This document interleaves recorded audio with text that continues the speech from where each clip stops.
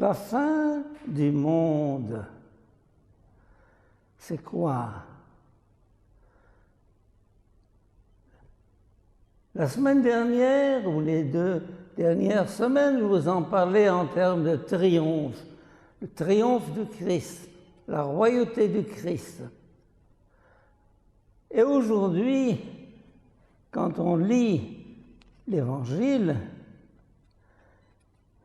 il y aura des signes dans le soleil, la lune et les étoiles. Les nations seront affolées et désemparées par le fracas de la mer et des flots. Les hommes mourront de peur, car les puissances des cieux seront ébranlées. Effrayant.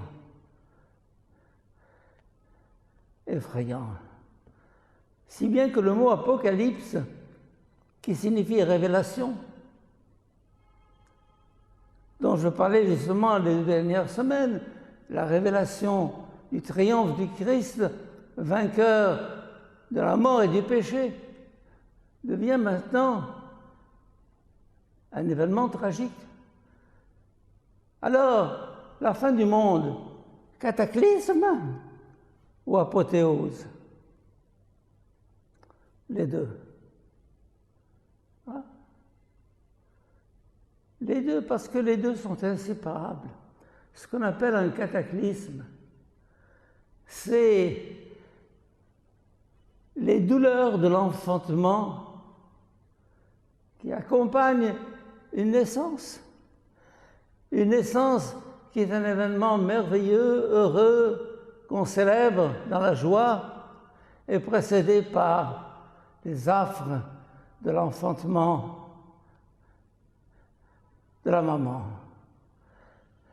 De même que chaque naissance individuelle est le fruit d'un enfantement terrible chez sa maman, de même la terre, l'univers,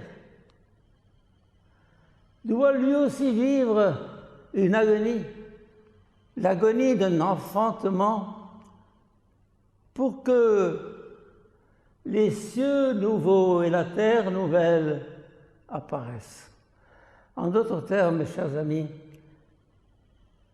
je dois vous dire que au cœur de cette terre, au cœur de notre terre, quelque chose se prépare. Un bébé est en gestation. Et ce bébé, ça s'appelle les cieux nouveaux et la terre nouvelle qui un jour apparaîtront à ce qu'on appelle la fin du monde. La fin du monde, c'est le commencement du monde. La fin d'un monde, c'est le commencement de l'autre monde, du vrai monde, du monde qui ne passe pas, des cieux nouveaux et de la terre nouvelle. Alors, la fin du monde, cataclysme, oui. Enfantement douloureux, oui. Apothéose, oui aussi.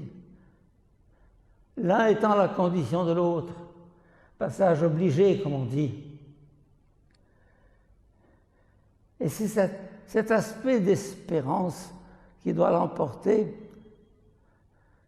car, comme dit Jésus dans l'Évangile, la femme, quand elle enfante, souffre la mort, mais une fois que l'enfant est né, elle a tout oublié dans la joie qu'elle est d'avoir mis au monde un enfant.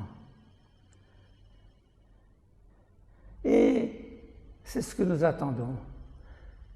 Nous n'attendons pas une catastrophe, nous attendons une naissance. Et un homme comme Saint Paul, dans son chapitre 8 de l'Épître aux Romains, a des phrases incroyables. Il nous dit: le monde entier est en état d'enfantement, de gestation, jusqu'à la révélation des enfants de Dieu. Et oui, il a vu que l'histoire va faire une naissance. Ce monde que nous connaissons n'est pas le monde, n'est pas le vrai monde. Il doit mourir. comme chaque individu meurt, ce monde, cette terre, cette histoire doit passer par la même mort. Comment ce sera? Je ne le sais pas. Je ne peux pas vous le dire parce que je ne le sais pas, et personne ne le sait. Mais ce sera à la fois terrible et merveilleux, les deux ensemble. Et c'est là que l'espérance, qui est le cœur même du message chrétien, doit nous soutenir, nous encourager, nous porter pour aller vers ça comme vers une fête. Et je voudrais justement terminer par cette citation d'un pasteur protestant dans un camp de concentration, le pasteur Dietrich Bonhoeffer, qui parle de la mort comme la fête suprême sur le chemin de la liberté. La fête suprême sur le chemin de la liberté. C'est beau ça. Oui, nous allons vers une fête.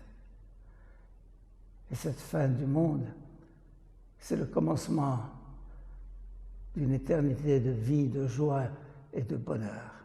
Amen.